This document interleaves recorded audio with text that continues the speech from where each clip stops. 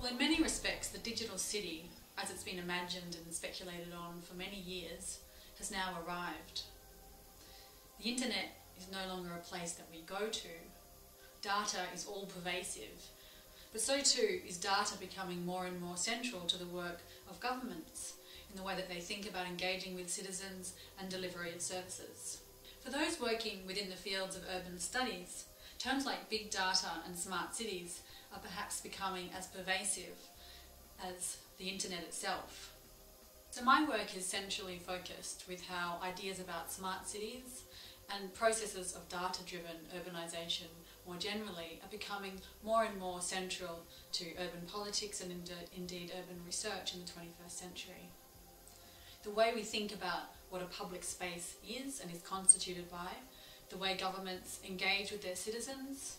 the way we navigate spaces, very notions of urban spatiality and experience. These are all central concerns for my research program. So the term that I use for this phenomenon is Platform Urbanism, and it's a way of describing the influence of digital conventions and technologies in shaping the way we understand the city today. In many respects, a platform play is something that is now ingrained into the mindset of many technology entrepreneurs who, informed by the successes of Apple and Google and the like, recognise that by creating a platform as an ecosystem for others to deliver services and products to market, you can create a really successful marketplace. So this idea of platform plays is really quite central to the practices of digitisation. But then so too is the idea of the platform as a government as platform. And this is an idea that is now quite central to concepts around Government 2.0 and influential thinkers like Tim O'Reilly and Don Tapscott, who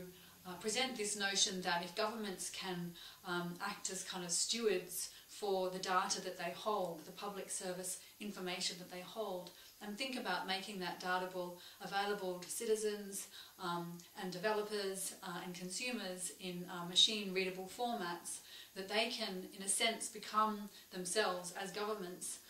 platforms for co-creation of services. So this is a quite kind of fundamental reimagining of government in the digital age that they are espousing here. Rather than a kind of traditional service delivery model, we have this model of co-creation whereby through data delivery services, developers can come forward and design solutions for service delivery in a way that perhaps those working within governments may not be able to do. So this is this other sense in which platform thinking is starting to influence the work of city governments in particular, who are thinking about the way that they use digitisation to engage differently and more effectively with their citizens.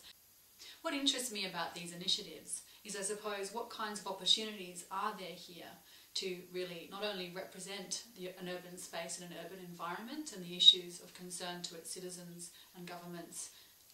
and businesses, but also what are the forms of participation and engagement that are promoted. As with the space of the internet more generally and the case for digital disruption, open data in these contexts is really promoted as a means towards greater transparency in government services. There's also this sense of a kind of democratisation, not only of the internet, which is really the rhetoric that has driven much of the open innovation agenda, but also democratisation of the city itself. We see advocates like Anthony Townsend, but also others such as Dan Hill and Adam Greenfield, really contest quite significantly, and particularly last year in 2013, the model or the vision of the digital city as a smart city, whereby the data is actually kind of contained by particular technology vendors, be they IBM or Cisco, who are promoting what's been kind of castigated as a smart city in a box solution, against a kind of a corporate model of the smart city. Open data is heralded here as a way to promote the values of open innovation. So in these debates about the appropriate design of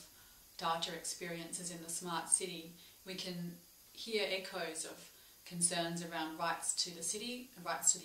to infrastructure, and indeed now rights to data. But on a practical level, my research is interested in what are the impacts that open data initiatives and concerns and interest in data-driven urbanisation actually has on the day-to-day practices of urban governance. Rightly so, there are questions about whether the open data movement is really simply promoting the agendas of a particular digital coalition in the city, whereby digital entrepreneurs are suddenly positioned as experts on urban policy. There's questions about what forms of data are released, what examples of data, and the extent to which these can really accurately depict the condition or value of a given city. Rightly so, there are questions asked about whether this is perhaps a new form of urban entrepreneurialism, whereby the very existence of a city's real-time dashboard is somehow evidence of its contemporary currency within the digital city's policy domain. My research takes place here in Sydney, Australia, but I'm also looking at initiatives across the US with a particular interest in New York, and places like China and in Shanghai in particular, where I'm looking at what forms of open data activities are taking place there across these different kinds of jurisdictions. Within this domain, there are particular companies that are emerging, and we're seeing some debates around ownership of data versus the openness of data. So here I refer to debates about whether to release data through something like Socrata, which is a proprietary subscription-based service, but offers a range of values and services to city governments who may not otherwise be equipped to really make their way around an API, versus CCAN and the Open Knowledge Network, which promotes an open source solution for city governments, but perhaps doesn't have the same kind of service backing behind it. So I'm interested in, I suppose, what are the best solutions at a practical level for governments to consider when they're looking at open data in their service provision. But on a deeper level, I suppose, my research is also interested in what it is that we're talking about when we refer to data, and what are the ways that our contemporary interest in digital cities may present a very particular idea about data that may in fact be quite narrow. For some time I've been interested in playing with and creatively experimenting with notions of data and notions of real-time cities. My PhD was called The Death and Life of the Real-Time City, and really advocated that we do continually contest and indeed reimagine the possibilities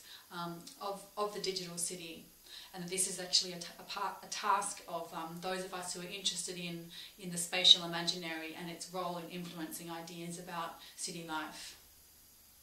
So this work I continue to be engaged with in Sydney in, I suppose, advocating and promoting ideas about public environments that take into account data not only as a kind of data visualization or as an open data city dashboard, but also perhaps more historical ideas about data and ideas about audio-visual recordings, sound recordings, the commons as it's constituted both in public physical spaces but also in digital spaces, designing experiences, programmings and understandings about specific urban environments that I suppose provide for deeper knowledges of place. This is a really central part of my own practice as an urban researcher. And it also informs, I suppose, the kinds of research outcomes that I pursue.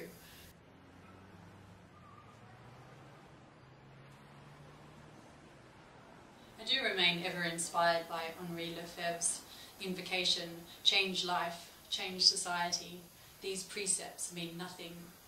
without the production of an appropriate space. And if that involves more than a little engagement with digital spaces, then so be it.